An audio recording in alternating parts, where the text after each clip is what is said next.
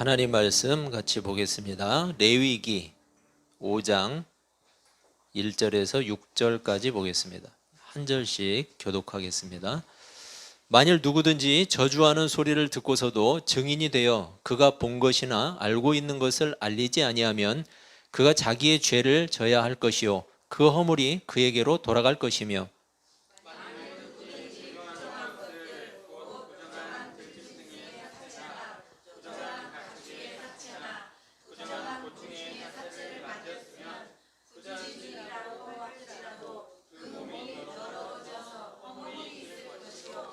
만일 부지 중에 어떤 사람의 부정에 닿았는데 그 사람의 부정이 어떠한 부정이든지 그것을 깨달았을 때에는 허물이 있을 것이요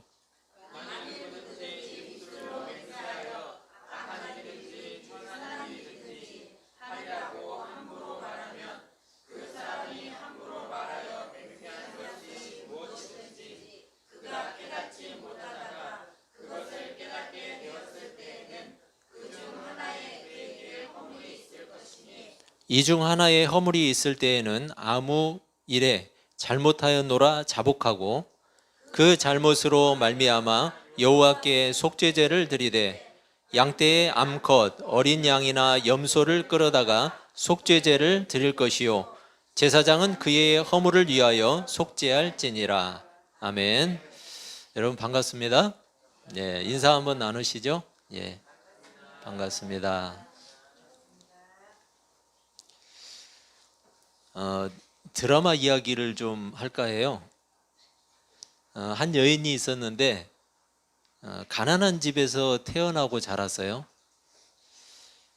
너무 가난하게 살아서 그런지 가난을 창피하게 생각했어요.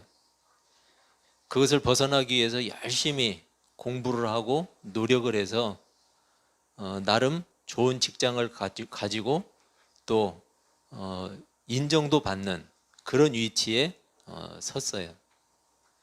그런데 이 여인의 목표가 있었는데 그 목표는 뭐였느냐? 부자하고 결혼하는 거였어요. 부자를 만나서 결혼하는 것. 그러다가 실제로 재벌 남성을 만나게 됐어요. 그런데 이 재벌 남성이 이 여자를 아주 관심을 보이면서 너무 좋아하는 거예요. 그 여인은 남성이 아닌 돈에 관심이 많았어요.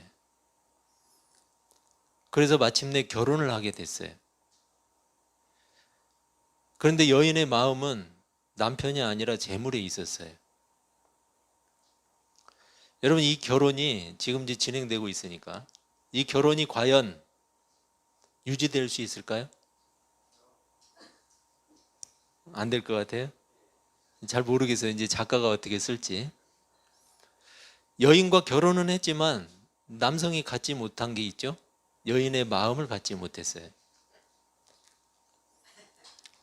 여러분, 원하던 부자가 된 여인, 부자가 됐어요. 과연 행복할까?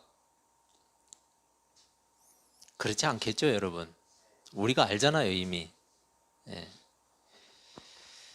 여러분, 마음 없는 사랑이 가능하다고 생각하세요? 마음 없는 사랑.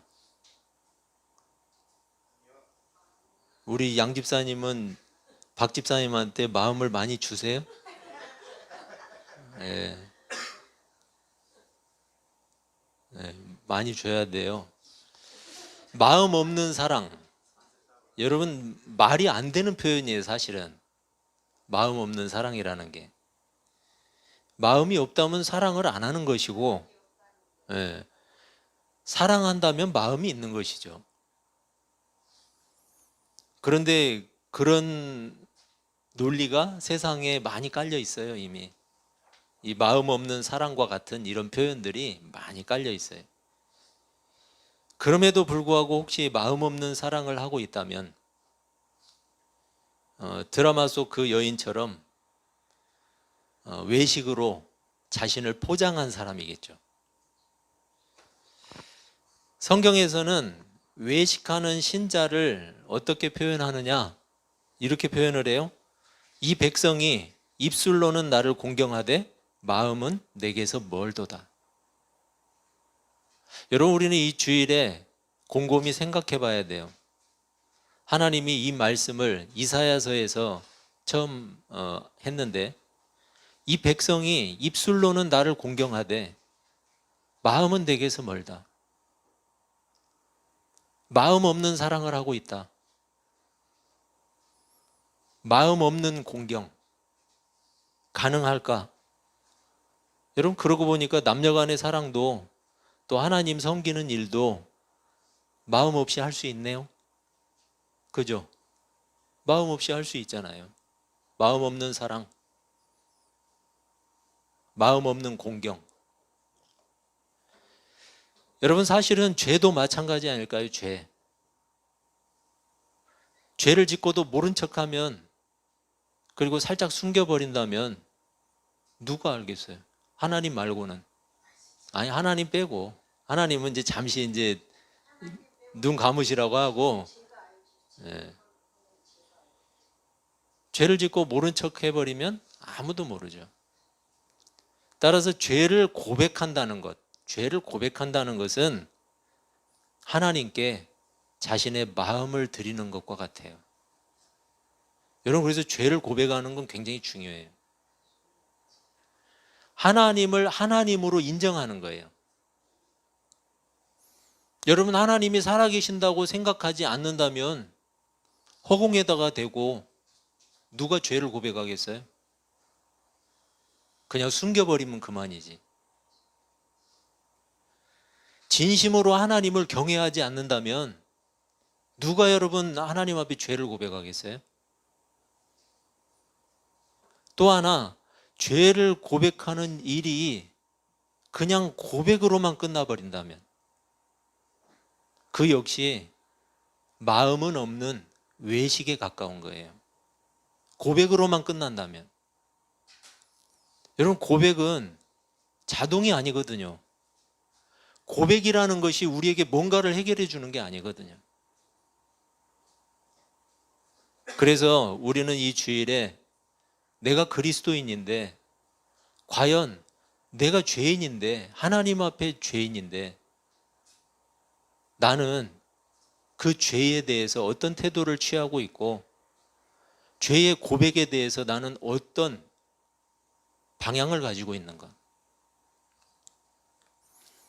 성경에서도 사람의 마음, 즉 중심을 강조하고 있어요. 인격의 중심이 사람의 마음에 있기 때문이에요. 그 사람의 인격의 중심이. 우리는 지금 레위기를 통해서 속죄제에 대한 내용을 살펴보고 있어요. 속죄제. 지난주에도 살펴봤어요. 부지 중에 지은 죄에 대해서 속죄제를 드려야 됐어요. 왜냐하면 죄는 사람들을 더럽히고, 그리고 또 어디를 더럽히느냐? 하나님의 성소를 더럽히기 때문이에요. 왜냐하면 하나님의 백성들이 하나님과 관계를 가지고 있었거든요. 관계를 맺었어요. 관계를 가지고 있는데, 하나님의 백성이 죄를 짓는 것은 그 백성 본인뿐만 아니라 하나님과 관계하는 그 성소까지도 더럽히는 일이었어요. 성경의 표현이에요.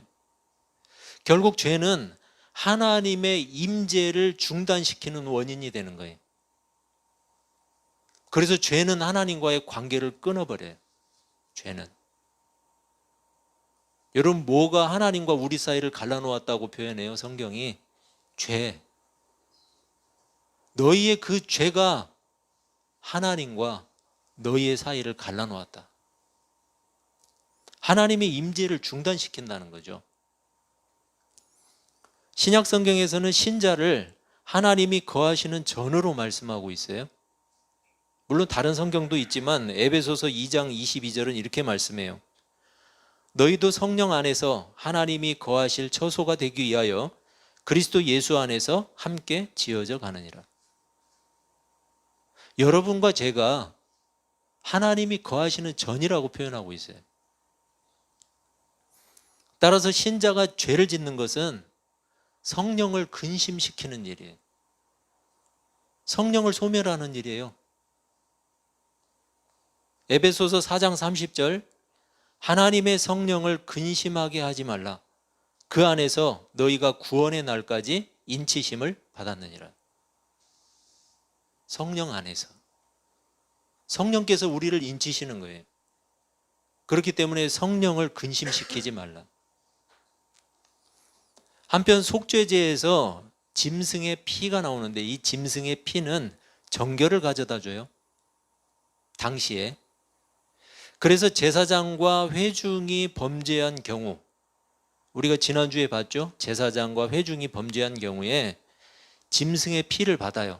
짐승의 피를 받아서 이것을 성소와 지성소를 맡고 있는, 여러분 지성소 안에는 뭐가 있어요? 언약궤가 있죠. 이 언약궤 바로 앞에 휘장이 있었어요. 휘장. 성소와 지성소를 나누는, 구분하는 이 휘장. 이 휘장에다가 손가락에 피를 묻혀서 7번을 뿌렸어요. 무슨 얘기예요, 여러분? 그 짐승의 피로 성소를 정결하게 하는 거예요. 그리고 휘장 앞에 놓여 있는 분향단이 있었죠. 향을 피우는 이 분향단 뿔에 피를 발랐어요. 족장과 평민, 우리가 보지 않은 본문이 있지만 동일하기 때문에 족장과 평민이 죄를 지었을 때는 제단, 번제단을 이야기하겠죠. 그러니까 그런 경우에는 성소가 아니라 뜰로 나가네요. 그죠? 성막 뜰로 나가서 거기에 있는 제단 뿔에다가 피를 발랐어요. 약간 급이 다르죠? 네. 제사장과 백성들의 대표가 죄를 지었을 경우에는 그만큼 영향력이, 파급이 빠르다는 거죠. 막강하다는 거죠. 그 죄의 영향력이. 뭐 물론 그렇다고 해서 평민이 짓고 족장이 짓는 죄는 작냐? 그게 아니고 그들은 그나마 그래도 개인의 죄로 약간 한정될 수 있는 그런 여지가 있죠. 그렇기 때문에 약간 급이 다르게 취급하고 있어요. 어찌되었든 여러분 예수 그리스도를 통해서 속죄제는 완성되었어요. 그리고 그 구약에서 있었던 속죄제는 폐지되었어요. 왜요? 예수 그리스도를 통해서 완성되었으니까. 그럼에도 불구하고 본문을 문자적으로 자꾸만 적용하고 해석하려는 사람들이 있어요. 예수 그리스도의 피는 우리의 죄를 대속하고 우리에게 참 생명을 주신 구원의 완성을 의미하고 있어요. 그런데 예수의 피를 문자적으로 그리고 주술적으로 자꾸 사용하려고 하는 사람들 있다는 거예요, 지금도. 그래서 뭐라고 표현해요? 예수의 피를 뿌려라, 마셔라, 발라라. 이렇게 표현하는 사람들이 지금도 있어요. 여러분, 저는 궁금해요. 실제로 만약에 예수 그리스도 당시에 제가 살았더라도 예수의 피를 제 몸에 바르면 피부병이 나았을까요? 저는 그렇게 생각하지 않아요. 여러분, 그 피의 능력이 있는 거예요. 그 피, 물질적인 그 물리적인 피? 그게 아니잖아요. 예수 그리스도가 흘리신 피가 왜 의미가 있는 거예요? 그분이 우리의 죄를 대신 지고 그 죄의 문제를 해결하신 거예요. 그리고 우리를 하나님으로서 영원한 하나님의 나라에 들어갈 수 있는 자격을 얻게 해주신 거예요. 여러분, 그래서 예수 그리스도가 흘리신 피가 우리에게 그런 의미를 주고 중요한 것이지, 예수 그리스도의 피는 뭐 성분이 달라서 바르면 낫고 먹으면 뭐 병이 낫고 암이 쏟아져 나가고 그래요? 그래서 예수 피를 마시라고 하는 거예요, 지금도? 어디 있어요, 예수 피가? 물리적인 피가 어디 있어요? 뭐 영적인 의미라고 그래요. 여러분, 영적인 의미도 그건 아니에요.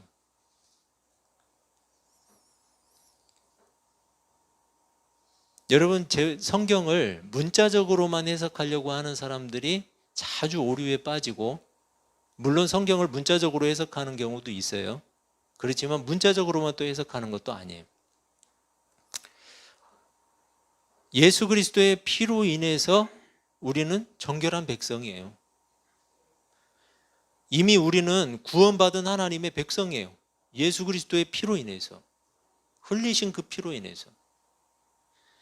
예수의 피의 효력이 부족해서 계속 지금도 취해야 되는 게 아니라는 말이에요. 성경은 뭐라고 말하고 있어요? 단번에. 예수 그리스도는 단번에, 그 한 번에 십자가에서의 영원한 제사로 당신의 백성들의 죄를 다 씻으셨고, 그리고 우리의 구원을 완성하셨어요. 충분하다는 거예요. 그 순간의 그 제사로. 그런데 지금도 여전히 피를 마셔라, 뿌려라, 부어라. 무슨 술이에요? 부어라, 마셔라 하게. 여러분, 그거는 오히려 하나님을 욕되게 하는 거예요. 예수 그리스도께서 이루신 십자가의 그 순간의 영원한 제사는 그 순간의 제사로 우리에게 구원을 이루기에 충분한 거예요. 완전하고 완벽해요.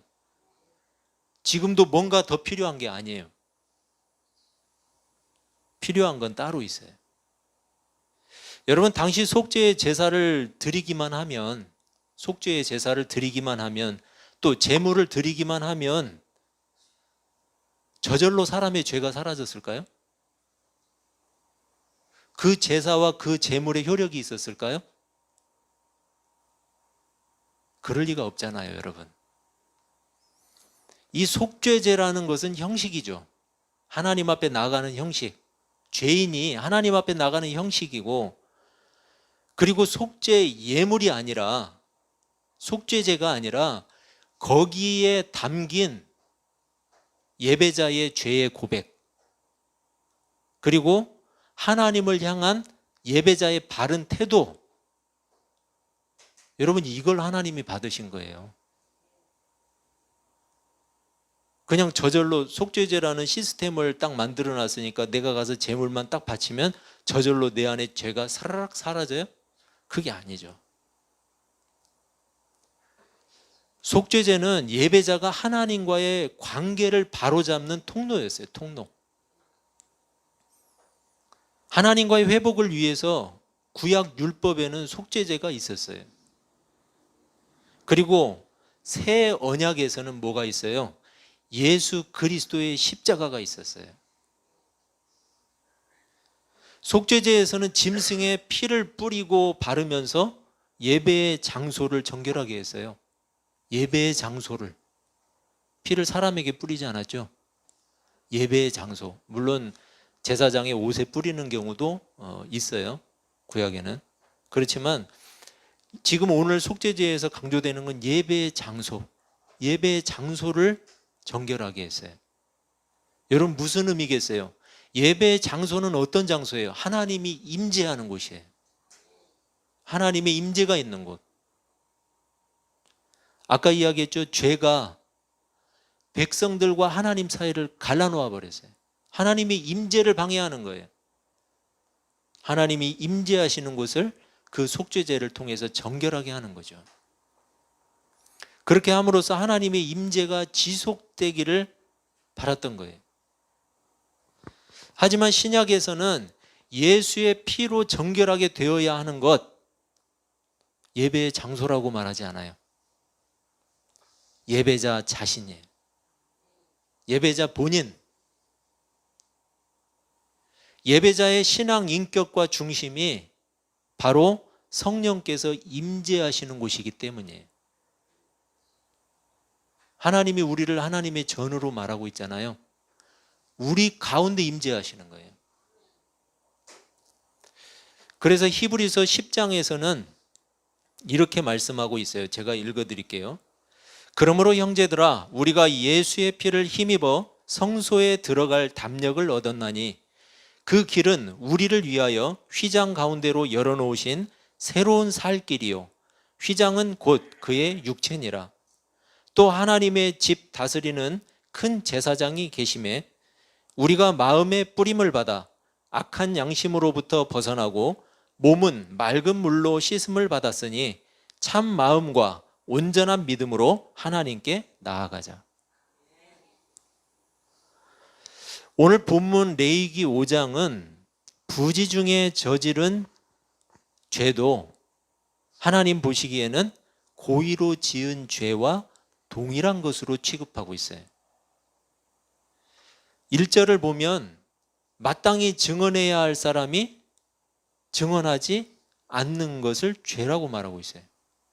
마땅히 증언해야 되지만 그가 증언하지 않는 것.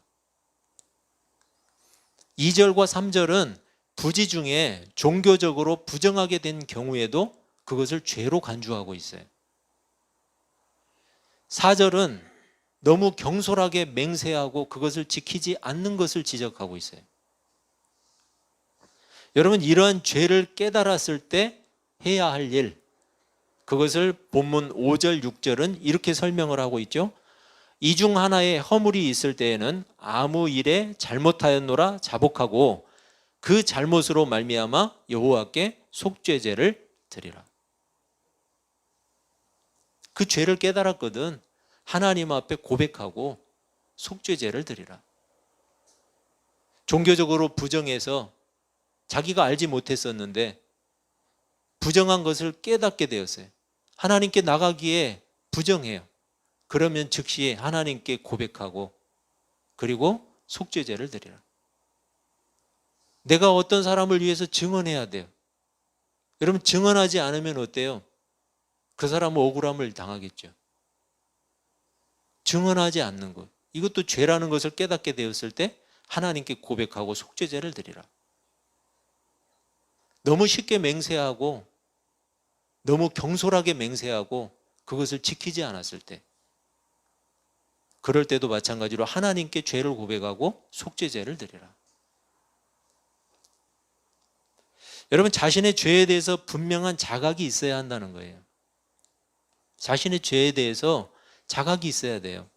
깨닫지 못하는 것도 불행한 거예요, 여러분. 깨닫는 건 굉장히 복된 거예요. 내가 죄인인 것을 아는 것. 여러분, 아무나 자기를 죄인이라고 그래요? 자기를 죄인이라고 할 수 있는 건 여러분 엄청나게 큰 복이에요. 그걸 아는 것은. 그리고 그 깨달은 죄를 하나님께 고백해야죠. 요한일서, 우리가 날마다 참회 기도를 드리면서 요한일서 1장 9절을 듣죠. 만일 우리가 우리 죄를 자백하면 그는 미쁘시고 의로우사 우리 죄를 사하시며 우리를 모든 불의에서 깨끗하게 하실 것이요. 죄를 고백하는 것은 두 가지의 의미가 있어요, 여러분. 첫 번째로는 자신의 죄에 대한 하나님의 심판이 정당하다, 이걸 받아들이는 거예요. 내 죄에 대해서 하나님이 심판하시는 것은 정당하다.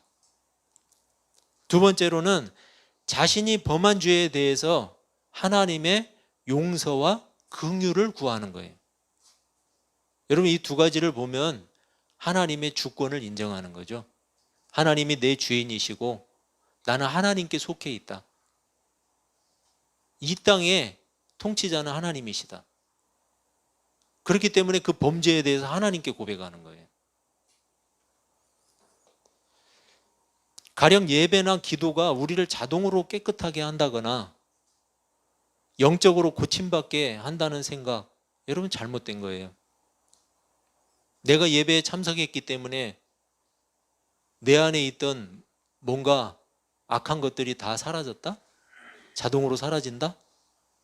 여러분, 이건 굉장히 위험한 거예요. 내가 기도했기 때문에 이제 나한테 있던 뭔가 좋지 않은 것들이 다 자동으로 없어졌다? 여러분, 이거 굉장히 위험한 거예요. 예배는 하나님의 임재 가운데로 나가는 통로예요. 예배는. 기도 역시 마찬가지예요. 신자가 하나님과 교제 가운데 나가는 통로예요. 하나님이 그렇게 열어두신 거예요. 예수 그리스도를 통해서.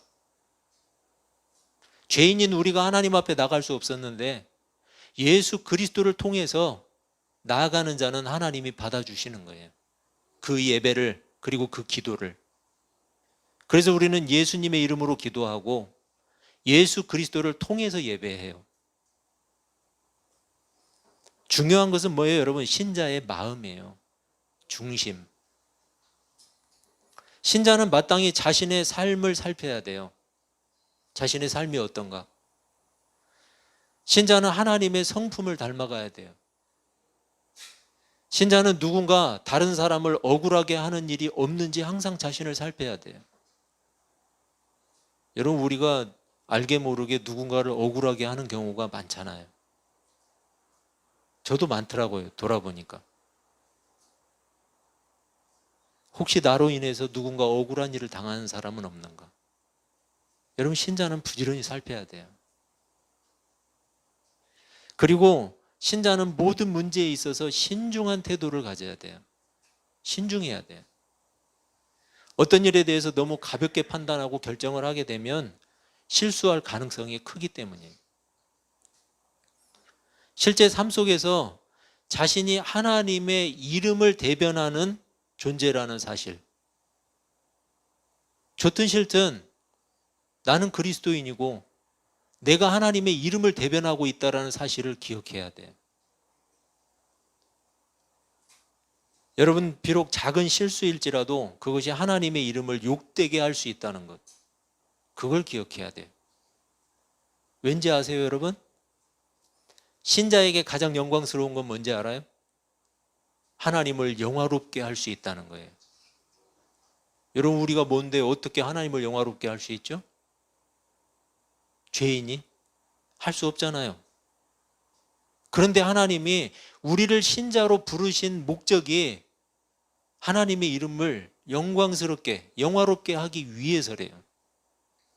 그게 신자의 영광이에요. 그렇다면 신자의 가장 큰 수치는 뭐예요? 그 반대예요, 여러분. 하나님의 이름을 욕되게 하는 것. 신자의 가장 큰 수치예요. 그래서 우리는 우리 자신을 항상 살펴야 돼요. 나로 인해서 하나님의 이름이 욕되게 되지는 않는가. 또 한 가지 신자들이 조심해야 할 일은 하나님을 믿는 일과 세상에서 자신의 삶을 살아가는 일을 별개의 것으로 분리시키는 것. 이거 위험한 거예요, 여러분. 하나님 믿는 일과 세상에서 삶을 살아가는 걸 자꾸만 분리시키려고 하는 것. 이거 위험한 거예요. 얼마 전에도 제가 한번 언급했지만 세상에서는 세상의 방식으로, 교회 안에서만 하나님의 방식으로. 여러분, 이거 굉장히 위험한 거예요. 왜 세상에서는 세상의 방식으로 살죠? 왜 교회 안에서만 하나님의 방식으로 살죠? 우리가 무심코 지나칠 수 있는 일에도 하나님은 신중하기를 바라시는 거예요. 하나님을 믿지 않는 사람들과 교제하고 대화할 때 나는 어떤가? 혹시 세상의 언어로, 세상의 방식으로, 세상의 논리로 동화되지는 않는가? 그렇다고 해서 여러분, 우리가 무슨 금욕주의자도 아니고 세상 사람들과 딱 떨어져 가지고 저만큼 떨어져 있으란 이야기가 아니에요. 그 안에서도 나는 그리스도인인가? 이걸 이야기하는 거예요. 아이들도 팔찌를 차고 다니던데 나는 학교에서도 크리스천입니다. 여러분, 멋있지 않아요? 꼭 그렇게 드러낼 필요는 없지만, 그렇지만 그 마음이 중요하잖아요. 나는 학교에서도 그리스도인으로 살겠다. 나는 설거지 할 때도 그리스도인입니다. 아니, 설거지 하니까 조금 또 짜증나는 분이 있을 텐데, 예, 죄송합니다. 잘못 건드렸네. 예. 나는 직장에서도 그리스도인입니다.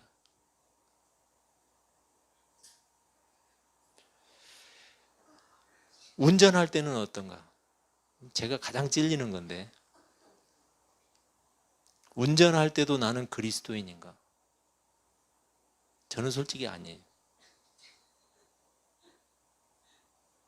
그렇게 되려고 많이 노력하고 있어요. 남이 보지 않을 때도 나는 그리스도인인가? 경건을 유지하고 있는가? 아무도 모를 때, 나만 알고 있을 때도 나는 양심적인가? 하나님이 계심을 인정하는 거죠, 여러분? 신앙적인 결정을 스스로 할 때,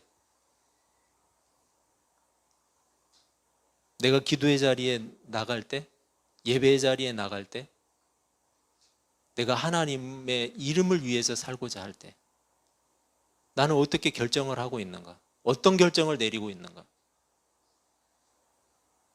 하나님께 나아가는 것이 짜증나고 힘들진 않는가?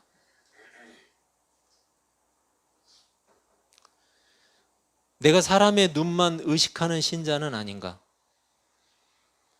과연 내가 하나님을 의식하는 신자인가? 하나님 앞에서 나는 어떠한가? 야고보서 1장 27절, 하나님 아버지 앞에서 정결하고 더러움이 없는 경건은 곧 고아와 과부를 그 환난 중에 돌보고 또 자기를 지켜 새 속에 물들지 아니하는 그것이니라. 여러분, 하나님 앞에서 나는 어떠한가를 자주 살피는 사람, 멋있는 그리스도인으로 살지 않을까요? 틈만 나면 내 신앙을 포장하고 감싸서 자랑만 늘어놓는 외식자인가? 아니면 늘 진심으로 하나님을 사랑하고 그래서 하나님을 의식하며 살아가는 경건한 신자인가? 여러분, 자신을 판단하는 기준은 의외로 쉬워요. 여러분은 하나님이 가지고 계신 능력이나 복에 관심이 많으세요? 아니면 하나님을 즐겁게 해드리는 일에 관심이 많으세요? 이 둘 중 하나가 여러분의 신앙의 수준이에요. 하나님이 가지고 계신 능력이나 복에 관심이 많으세요? 아니면 하나님을 즐겁게 해드리는 일에 관심이 많으세요? 그게 여러분 수준이에요, 지금. 신자로서 하나님을 향한 지금 내 마음의 태도는 어떤지, 지금 내 삶의 경건지수는 어떤지, 그리고 내 신앙의 수준은 과연 어떤지를 여러분 꼭 한번 살펴보자는 거예요. 하나님 앞에서 내 신앙의 모습이 어떤지를 꼭 살펴서 항상 하나님과 좋은 관계를 유지하는 경건한 신자들이 되시기를 주님의 이름으로 축복합니다. 기도하겠습니다.